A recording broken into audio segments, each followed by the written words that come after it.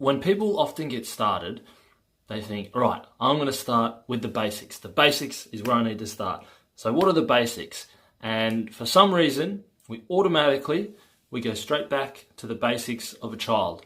We go straight back to colors. We go straight back to numbers, shapes, and animals. Now, there's nothing inherently wrong with learning these things. Yes, they are full of words that will progress your vocabulary, fill your kit there of new words, and you'll be able to learn all these new wonderful things. Now, the problem is there's a difference between how a child learns those things and how an adult learns those things.